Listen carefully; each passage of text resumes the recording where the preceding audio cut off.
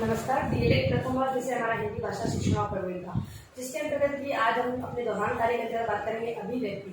अभिव्यक्ति क्या होती है, उसके साथ ही मौखिक अभिव्यक्ति के बारे में हम चर्चा करेंगे। तो अभिव्यक्ति का जीवन में महत्व, अभिव्यक्त करना, किसी अपनी भावनाओं विचारों को व्यक्त करना। हम लोग देखते हैं कि हम सुबह उठने से रात को सोने तक जो भी कार्य करते हैं तो बिना बोले हम वो कार्य नहीं कर सकते हैं।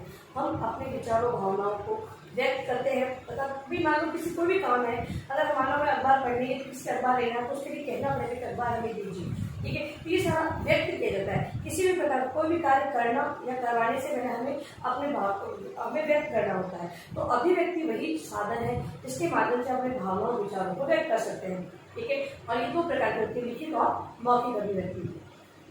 अब इसका जो जीवन में महत्व है उसको हम किस प्रकार से जान सकते हैं। तो जीवन के महत्व के लिए हम बिंदुओं को यहाँ पर ध्यान में रखेंगे। तो विचारों के आदान प्रदान द्वारा, विचारों के आदान प्रदान द्वारा उत्तेजित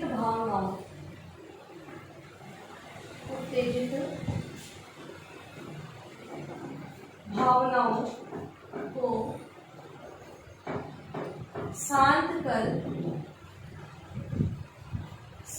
कर समाज में शांति और संतुलन बनाए रखने के लिए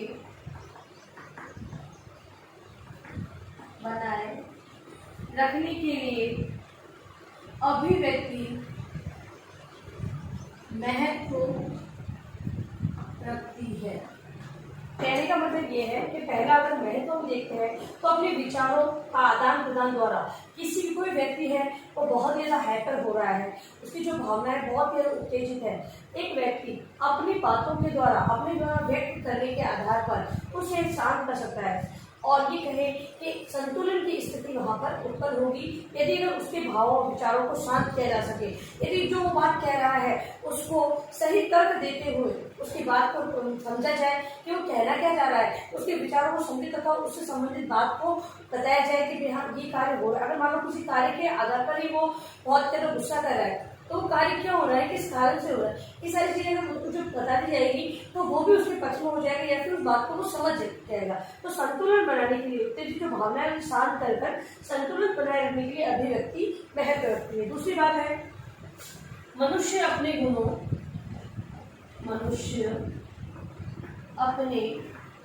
गुणों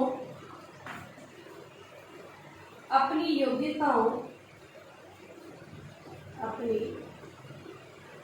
योग्यताओं का प्रकाशन कर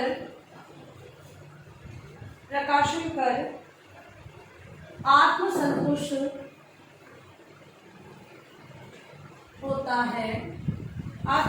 होता है। अतः आत्मसंतोष के लिए अभिव्यक्ति महत्व रखती है। पहला है दूसरों के भावनाओं विचारों शांत करके उन्हें संतुष्ट करने संतुलन बनाने के लिए। और दूसरा है कि जो व्यक्ति के गुण है योग्यता है उसके आधार पर वो अपने आप को प्रेजेंट करना चाहता है। तो प्रेजेंट करने के बाद वो संतुष्ट होता है कि हाँ मैंने ये बात रखी है तो मेरे जो व्यूज है उसके आधार पर मैंने जो कहा है वो सही कहा है, ये जो जिस प्रकार से तो उसको व्यक्त करने के लिए भी अभिव्यक्ति बहुत ही आवश्यक है। तो आत्म संतुष्टि हेतु भी अभिव्यक्ति महत्व रखती है। तीसरा है अभिव्यक्ति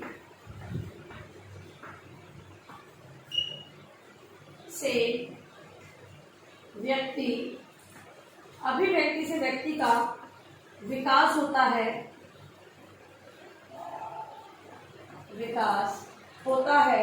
बालक की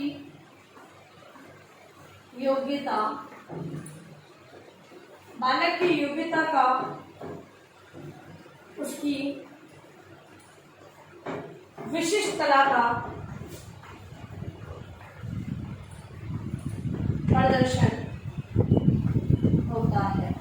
अगला महत्व ये बताया गया है कि अभिव्यक्ति से व्यक्ति का विकास होता है। बालक की जो योग्यता है उसका प्रदर्शन या उसकी जो विशिष्टता है, कला है, उसका प्रदर्शन अभिव्यक्ति के द्वारा ही हमें प्राप्त होता है, हम समझ सकते हैं। फिर है अभिव्यक्ति के लिए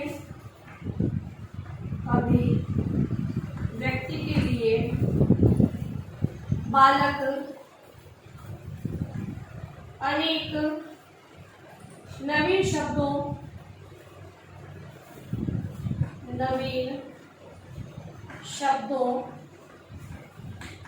वाक्यों का बार बार प्रयोग करता है। और अगला महत्व है कि अभिव्यक्ति के लिए बालक नवीन शब्दों का प्रयोग करता है। अब ये प्रयोग जो कर रहा है उसके माध्यम से विद्यार्थी की जो योग्यता है, उसका स्तर है, उसको ज्ञात किया जा सकता है। इस हेतु वो अभिव्यक्ति के नवीन शब्दों और वाक्यों का प्रयोग करता है। उसका भाषा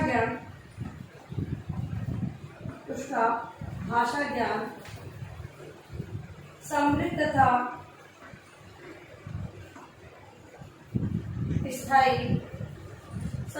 स्थायी होता जाता है। अतः भाषा में कुशलता के लिए अभिव्यक्ति महत्व रखती है। ठीक है, तो भाषा के अंदर कुशलता पाने के लिए भी अभिव्यक्ति का बहुत ही महत्व है। अब है बात करेंगे मौखिक अभिव्यक्ति के उद्देश्यों की। तो मौखिक अभिव्यक्ति किस उद्देश्य से, ये बात है अभिव्यक्ति की। अभिव्यक्ति मौखिक और लिखित दोनों आ गया इसके अंतर्गत, लेकिन आज अब बात करेंगे मौखिक अभिव्यक्ति के उद्देश्य।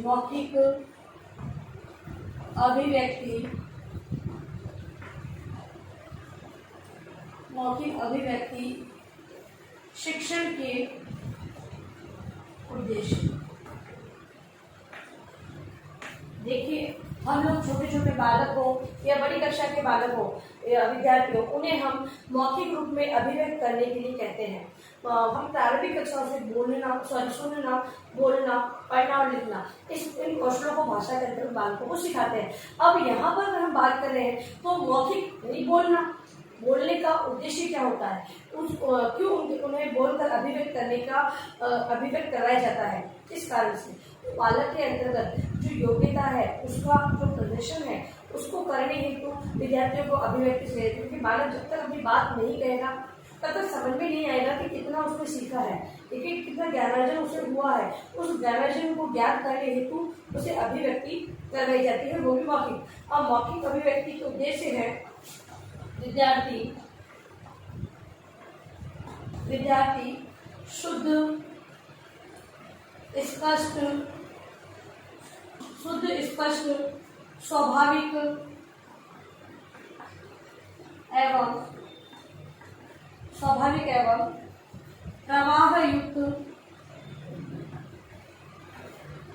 प्रवाहयुक्त वाणी में वार्तालाप एवं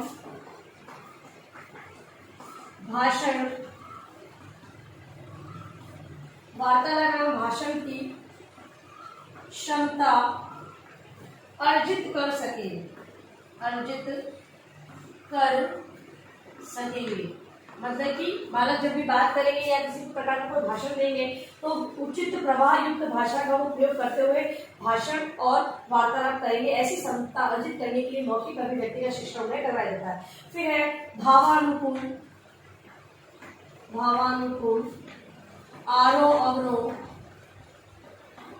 आरोह अवरोह बल को ध्यान में रखते हुए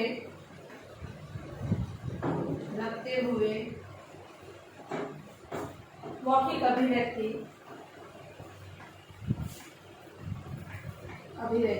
करना।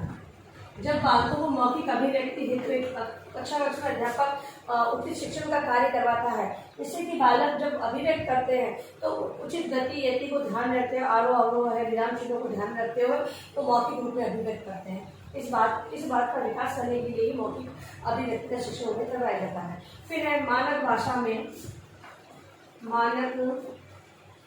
में सहज भाव से अपनी बात प्रस्तुत कर सके। अगली जो शिक्षा है वो मौखिक अभिव्यक्ति की दी जाती है, क्योंकि बालक है वो मानक भाषा का प्रयोग करते हुए, ठीक है, अपने भावों को प्रस्तुत करे। तो इस शिक्षण के माध्यम से ही बालकों में प्रवीणता लाई जाती है। बोलना बालक घर पे भी सीखते हैं, अभिव्यक्त बोलकर वो क्या कहना है, किस प्रकार करना है, वो सब करते हैं, लेकिन जो भाषा का मानक रूप है वो विद्यार्थियों को कक्षा में ही सिखाया जाता है, विद्यालय के द्वारा औपचारिक शिक्षण के माध्यम से ही सिखाया जाता है। तो मानक भाषा का सहज भाव से अपनी बातों में वो प्रयोग करना सीखते हैं। और लास्ट है सामाजिक साहित्यिक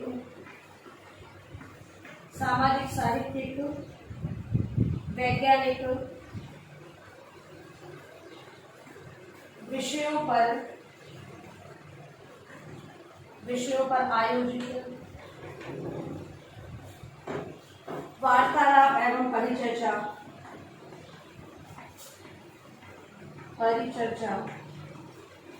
में भाग ले सकेंगे। अगला उद्देश्य ये भी होता है कि बालक है वो विभिन्न विषय साहित्यिक वैज्ञानिक ऐसे विषयों पर जो प्रतियोगिताएं या वार्तालाप या कोई परिचर्चा आयोजित होती है उनमें भाग लेकर अपना प्रदर्शन करते हैं। इस हेतु भी उन्हें मौखिक अभिव्यक्ति का शिक्षण करवाया जाता है। देखिए अब लिखे मैं गैरकार्य प्रश्न आपको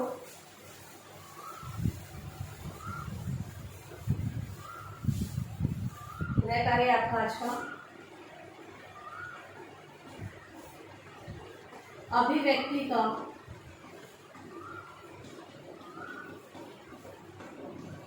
जीवन में क्या महत्व है। दूसरा प्रश्न आपका मौखिक अभिव्यक्ति के उद्देश्यों को लिखिए। ये दोनों प्रश्नों के उत्तर आपको अपने उत्तर पुस्तिका में गृह कार्य के रूप में लिखने हैं। और अंत में इस महामारी के दौर में कम से कम आवश्यक कार्य होने पर आप लोग बाहर निकले। बाहर निकलते 3 बातों आपको विशेष ध्यान रखना होगा। मास्क लगाना है, सोशल डिस्टेंस बनाना है और हाथों को बाकी सारे टेस्ट करते हैं। सुरक्षित सभी का ध्यान रखें। धन्यवाद।